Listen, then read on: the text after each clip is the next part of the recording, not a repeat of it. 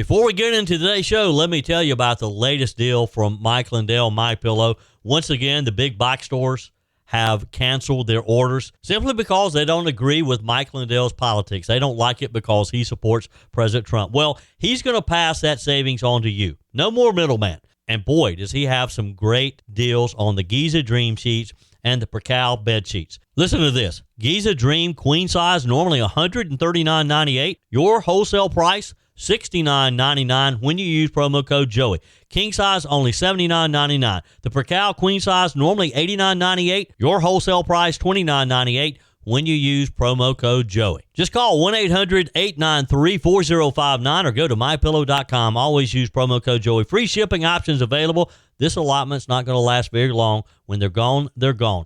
mypillow.com. Promo code Joey. Thanks for joining me in the PhD Weight Loss and Nutrition Studios. To lose weight for the last time, visit myphdweightloss.com. Here in South Carolina, we're making some progress when it comes to giving parents the power to choose what's best for their children's education. Now that movement just got another boost. Freedom in Education, a national organization that supports parental choice and academic freedom, has awarded a $50,000 grant to the Palmetto Promise Institute, a South Carolina-based think tank that's been leading the charge for education reform and school choice across the state. This grant will help Palmetto Promise expand access to the Education Scholarship Trust Fund, which provides scholarships for families who want private or alternative school options that better align with their child's needs and values. Joining us today, Dr. Oran Smith, a senior fellow with the Palmetto Promise Institute, to talk about what this new partnership means for South Carolina families, how the program is growing, and what's next for school choice here in the Palmetto State.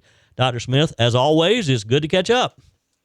Yes, always good to talk to you, Joey, especially about something that really has an impact upon real South Carolina families. And that's really what this is. ESAs, those are education scholarship accounts, they first came on the scene in 2011 in Arizona, and it was a way for parents to have access to what we'd probably call a portal, which would give them the ability to choose a provider of education, whether that would be a tutor or some evaluator, public school classes, or private schools. South Carolina's been a little late to the dance on it, and part of it's legislative and part of it's legal. We passed a very robust ESA bill in 2023, but then it was struck down by the state Supreme Court. So the legislature went back in and passed a new bill, which is so much better, and that's kind of what this grant is all about. Yeah. And talk with us, Dr. Smith, in more detail. I mean, this $50,000 grant from Freedom in Education, it kind of comes at a good time, right? I mean, talk with us about the funds and how they'll be used and why this partnership matters to South Carolina families. Yes. Well, when this Education Scholarship Account Act was passed, which we call ESTF, the Education Scholarship Trust Fund, the only weakness about the legislation is there's no one charged with selling the program. So if you're a parent and you are deciding what is the best option for your child, you're probably just going to go to the local public school that your zip code zones you for without really looking around a whole lot. And you certainly would not know about 10,000 scholarships that have these special funding mechanisms that allows you to have a wide range of choice for your child. So in essence, we're the marketers. We're the sales team. We're reaching out in all the communities and virtually and through our website, scschoolchoice.com, to let the people of South Carolina know about this new program. Yeah. Let's talk about the Education Scholarship Trust Fund. It began, and correct me if I'm wrong here, but I believe I remember 5,000 scholarships initially, and this year that has grown. Talk with us about those numbers and the fact that it has been increased. Does that kind of tell us that there is demand for this? I think it does, and we really want to show that there's more demand than scholarships available, and so far that's what's been happening. For the 2025-26 school year, which is sort of almost to the end of the first semester now.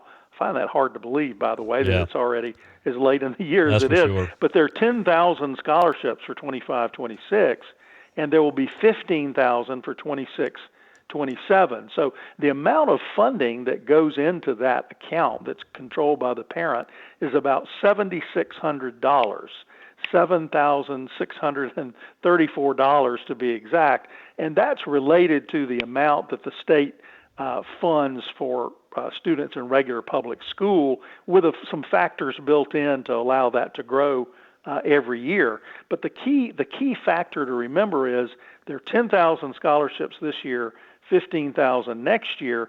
The 10,000 scholarships for 25-26 were snapped up very quickly, and there is a long waiting list presently for that. So what we would like to see is for 26-27 for those 15,000 scholarships to be taken up, and maybe as many as that same number, 15,000 more, on the waiting list. And if that happens, that's a strong message to the legislature to do something they're allowed to do in the legislation, and that is expand the funding, create more scholarships. That would be our dream. Yeah. On our guest line today, Dr. Oran Smith, Senior Fellow with the Palmetto Promise Institute. What would be the argument against doing that? I mean, what's the is there hesitancy among lawmakers to expand the program, or is it just sort of they're waiting to see just how popular it becomes? I think you're exactly right. I think they're waiting to see how popular it will be. At one point, they were kind of calling it a pilot program, and it was only going to have a limit of 2 or 3 years. They took all that pilot language off. They also took out some language that required a student to have gone to public school the year before. That was significant. So for this 25-26 school year, you don't have to have attended public school previously. So students that are currently in private school, whose parents may be working 2 or 3 jobs to pay for their education, these accounts are now available for that $7,600 funding for the child. So a lot of students that are already in private schools or religious schools are choosing to use it, but also parents who didn't know they had a choice, and all of a sudden they do, and they have a wide choice of any school or other types of education, online education, many different options that are available because of the flexibility of these education scholarship accounts. Yeah. Is that a challenge in itself? Do you find that some people just don't know what the program is, and they don't know what school choice means, that they're not familiar with the Education Scholarship Trust Fund and how it works? Is there a need to educate parents of what this program is?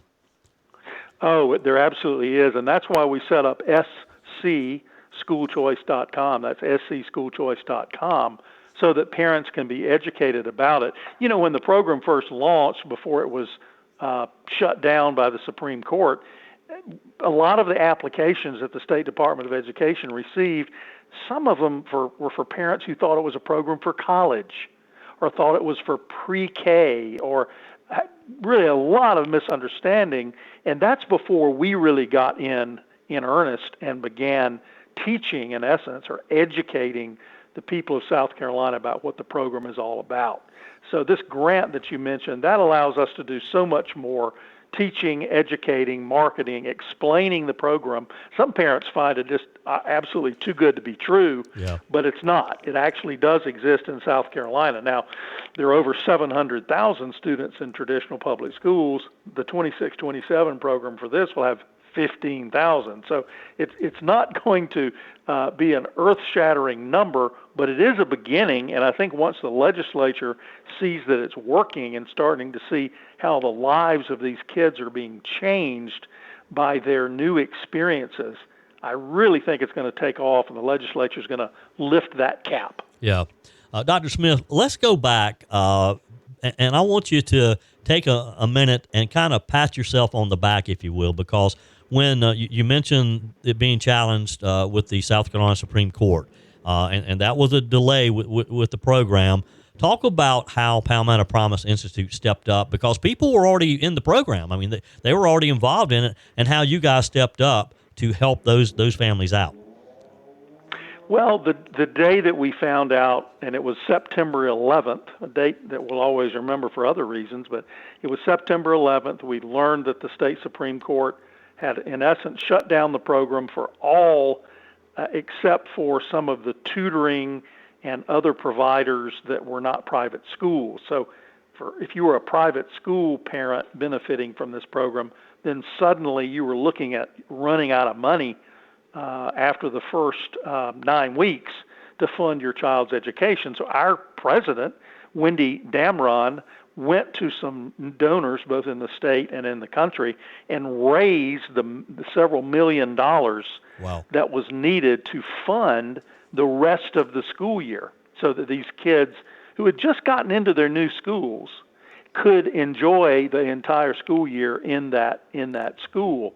And that was key to it, but also we had to fight the legal fight. So we worked on an amicus brief that was filed in the case. We asked the legislature to jump in and make some of the changes that the court recommended, get a new bill up, get that bill passed. So S62 was passed to renew the program and make some corrections that we hope that the court will like if it's ever enjoined or there's an attempt to enjoin it in the future. Right now, there has not been a lawsuit. We hope that there isn't another lawsuit. We think that the legislation fixes any problems that the Supreme Court identified. So just a lot of things went into surviving the court challenge, getting the bill passed again, getting these kids funded, and that's kind of what Palmetto Promise has been all about in this ESTF program. Sure. Well, I applaud you for what you did to step in. And, one of the misconceptions I think that is out there is that the Education Scholarship Trust Fund and this whole program is for the wealthy and the well-connected. Talk with us about that, because that's just clearly not the case.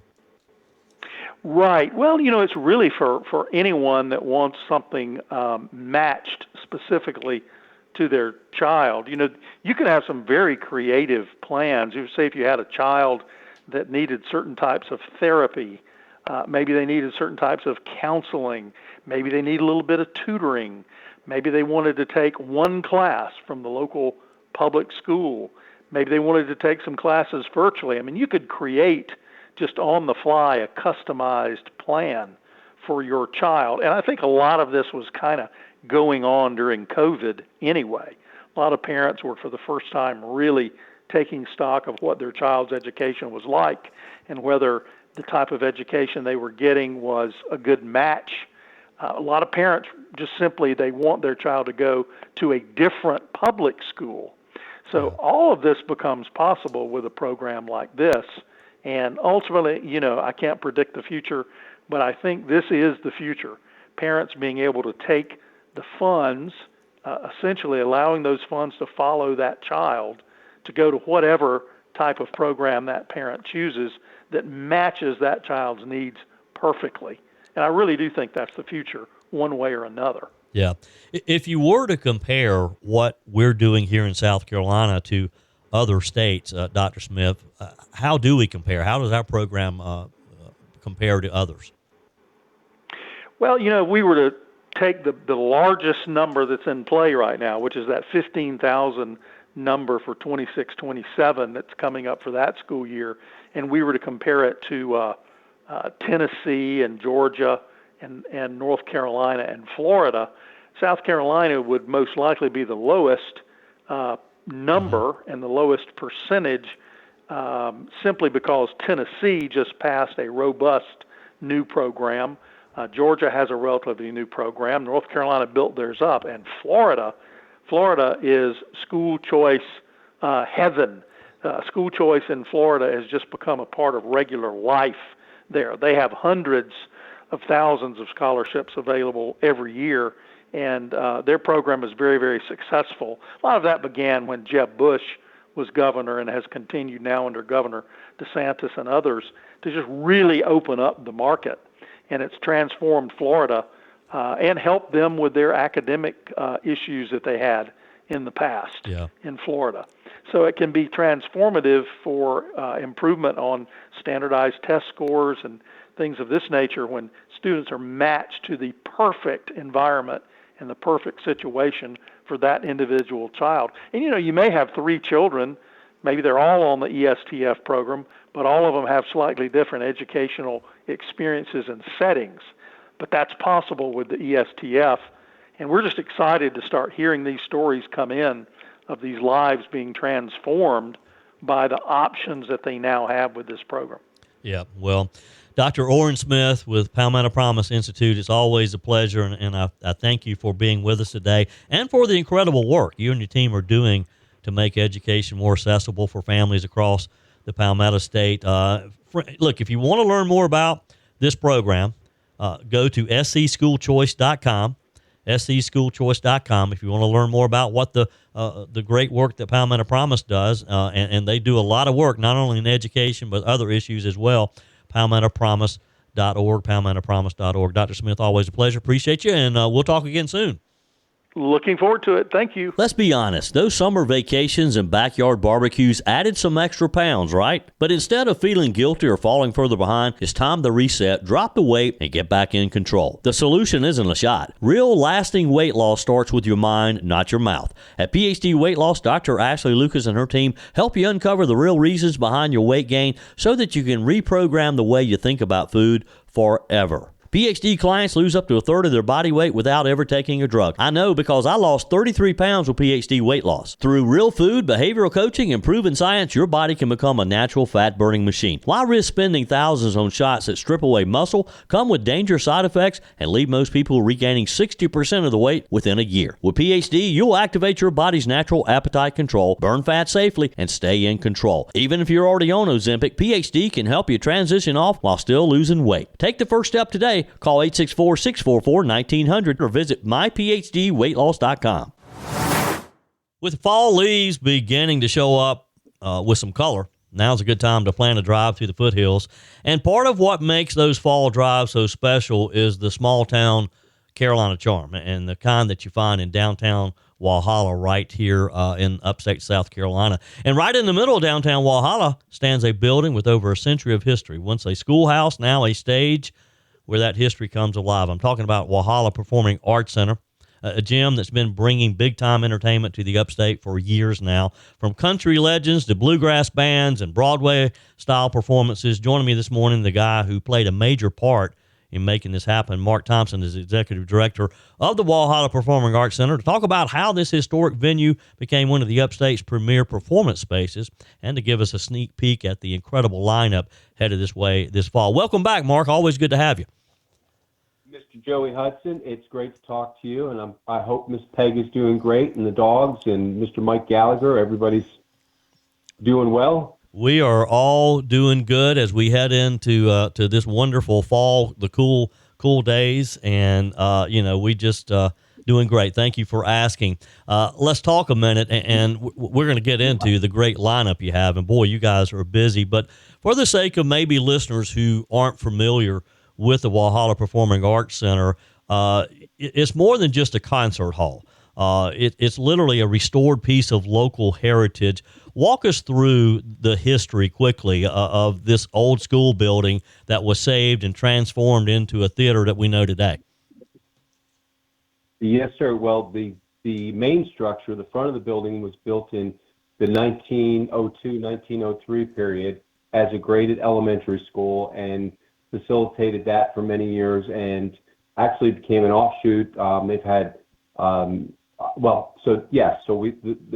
the graded elementary school, and then in 1912, 1913, they built the additional wing onto the east side wing of the building, and then they built the auditorium off the back of the building and took the footprint that was originally about 10,000 square foot and added another 10,000 to make it a 20,000 square foot building. So it's got, of course, the main structure out front, the auditorium in the back, and once that was built, the auditorium was for purposes of they did their high school graduations here, they did their middle school graduations, their elementary school graduations, they did their civic and community events in the auditorium. So just a lot of history. We've had so many people that come in here that are now 50, 60, 70, 80, 90 years old that come through the doors and said, I've got my diploma on that stage, whether it was elementary school or high school.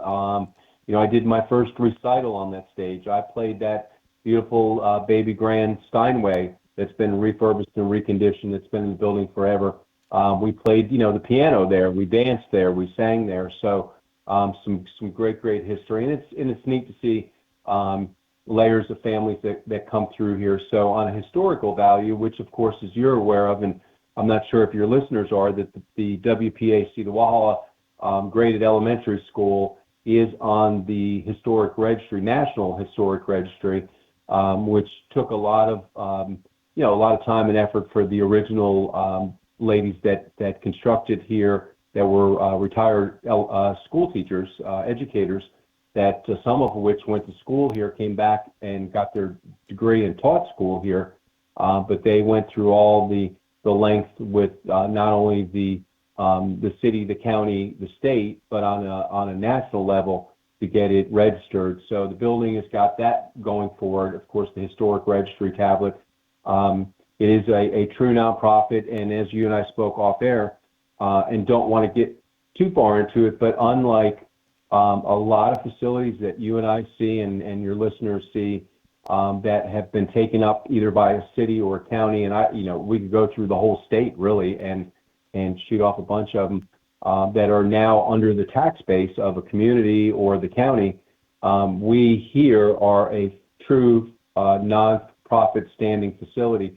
We do apply for hospitality and a tax, but those are not generated off your tax base. That's off the tourism that comes into our community. And we, every year that we apply for, whether it's the county A tax or the city H tax, we have to supply our ticket sales and show based on our ticket sales where folks are coming from. So being on this tri-state corner, of course, we get a lot of people from Georgia, a lot of people from North Carolina, but we get a lot of folks that come in from Tennessee or will come in from Florida, not because it's the WPAC as such, but there may be an artist they want to see. The tickets are affordable.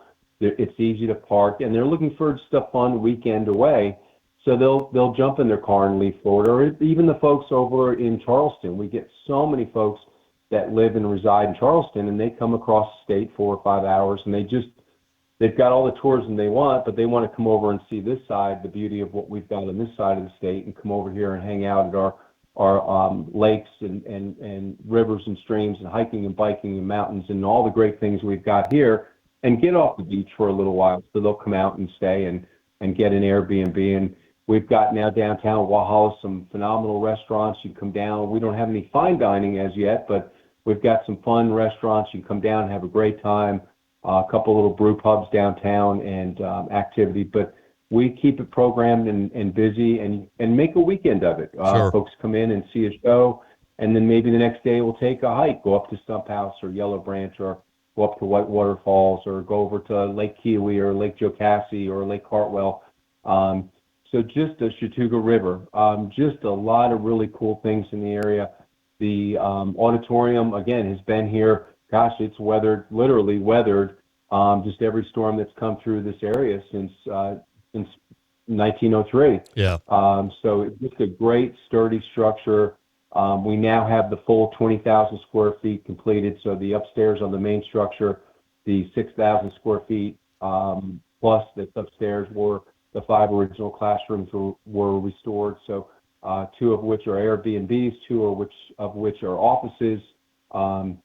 And then the 5th room out of the 6,000 square foot is a conference room. So we use that and house for other nonprofits like the Oktoberfest and the Pilot Club ladies and the Visit Oconee folks meet up there, and the Chamber of Commerce folks meet up there. So just a cool facility. We're programming all the time. This Monday coming up, we've got the Oconee County delinquent tax sale that's in our building, and the Oconee County folks over at the finance department come in here once a year and do the delinquent tax sale, and the whole town is packed with folks that come in, whether they're buying, flipping, or trying to salvage properties. So a lot of cool things going through the door. The YMCA programs, the Veterans Affairs programs come through here. So we try to share and lend and be a part of the community, even though we're not owned, run, or governed by the city or county.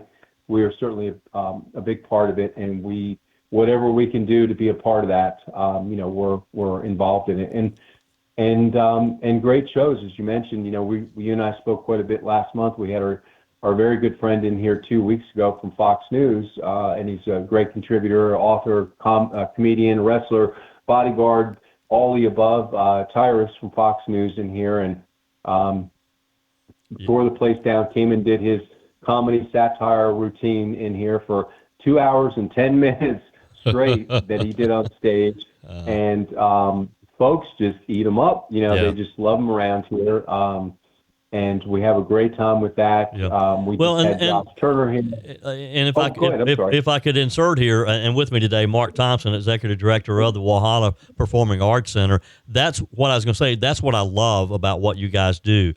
You have gospel, you have country, you have comedy, you have just a wide variety. Now, I didn't realize you had the tax sale there too, but but you have a wide variety. You serve the community, but you also provide some great entertainment for the entire upstate and western North Carolina. And you have people coming up from Georgia. And I'm looking at your website now, walhallapac.com, and you just look at, the schedule you have. I mean, practically every weekend.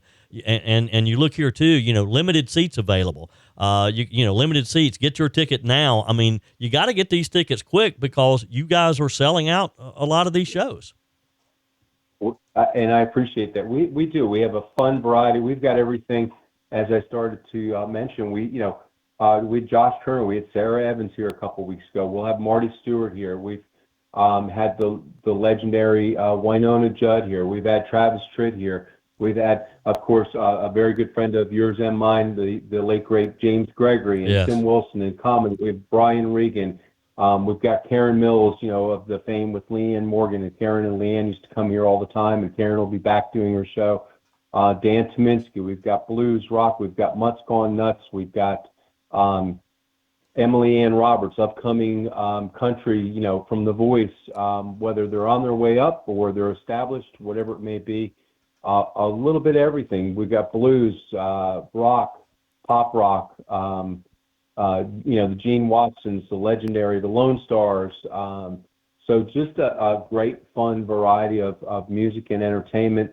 The Bellamy Brothers are back in the building. And then we've got some of the nation's top running tribute bands. I mean, some of these great bands that you and I grew up listening to. Queen, phenomenal, doesn't get any bigger, but, of course, Freddie Mercury's been gone now, and Queen no longer really tours. I mean, they'll go out and do a couple of one-offs, but we've got a group called One Night of Queen, performed by Gary Mullen and the Works, and they're performing in 1,500 to 3,000 seat facilities. And we just were lucky enough on the radar that they had routed. They're going to be at the Blumenthal Performing Arts Center, and then another big one in North Carolina. And had heard about our venue from Mark Martell, who's one of the lead entertainers out there doing the works of Queen and Freddie Mercury, and they said, well, we want to come and give it a try. So we got them wedged in here. So some fun stuff, and of course our great friends at Black Jacket Symphony and all they do, traveling the nation, and again, as I mentioned, go through the list, funk, rock, pop, family, of course. We were talking off air about our great friend that you and I both have, the president of the Senate of SC, South Carolina here, good friend Thomas Alexander, and Jason Crabb, who, Jason and Thomas and his beautiful wife Linda, they're all great friends. And Jason was here not too long ago, and of course you were here, and Jason will be back in. We're looking in the springtime. So those type of shows. Bill Whitmire, one of Bill's favorite shows, his family, his daughter and wife love the Celtic Angel show, and they'll be here Sunday, November 30th, and it's just a great, fun, family-friendly show, as they all are. And so, we'd love to see you out. We're just a little 500-seat rated facility. If the show does extremely well, we'll do multiple nights and have them in here for a weekend. Steel Drivers, when they came in, one of the top bluegrass bands, when they come through now, they do 2 or 3 nights in a row and just love their little residency here. And they come in and they hang out in town, and they go up and hike, and they go hit the lake. And we've got the rec center next door. They shoot a little hoops. So, So it is. It's a fun, we make a fun full package out of it. Yep. And it's become a great little stop off of 85 for them going to Big City, USA down the road. Yep. Mark Thompson is my guest today. We're talking about the Walhalla Performing Arts Center. For ticketing information, go to walhallapac.com. Check out the upcoming lineup, and it is a busy one for sure. You mentioned some of the tribute bands, and what I love about that, Mark, and Peg and I have taken advantage of it. But you're sitting there, and let's just use Rumors for example, because that's very popular. Yeah. The ultimate Fleetwood Mac. You think you're literally sitting there listening to Fleetwood Mac. I mean, it's just incredible. It is, and it's phenomenal. And again, I don't want to date you or I either, but I know since I'm old. We're in the same. I know we're not in the same tax bracket, but I know we're in the same age bracket. So with that said, it is, a lot of these bands, and you'll see, and I had somebody, and I'll say this real quick. They gave me a comparison one time. They went to Charlotte, to the big amphitheater in Charlotte, and went to see a great show. It had, it was a Journey and Foreigner, I think, were the two on the lineup. We've seen a lot of those combos out there. And they went, and they're regulars here, and they're great folks. And again, they're at that retired age, between 60 and 70-ish. And they live over on the lake, and they're comfortable enough, kids grown up. So anyway, just thought for fun, they were going to go see this. They wanted to go see Journey. So they went over to Charlotte. They drove from here, Oconee County, drove over, got a hotel, had dinner, went to the amphitheater, paid to park, paid, $25 for a cup of beer and $25 for a 9-ounce glass of wine, and went and did the whole show. And they got there, and I think he told me, he paid, about $150, $170 a ticket. They were under the canopy area. So some decent seats, but not the most expensive, is what he told me.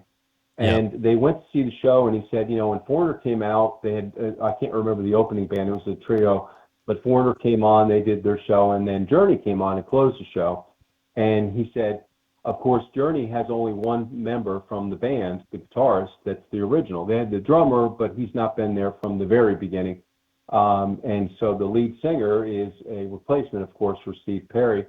And the guy did a great job, and he said, I was watching, he said, well, all of a sudden they reintroduced the guy from Foreigner, who was not the original Lou Graham singer from Foreigner. And he came out, and he jumped up on stage and sang with Journey. And he said, the guy from Foreigner was singing Journey better than the guy that was singing for Journey.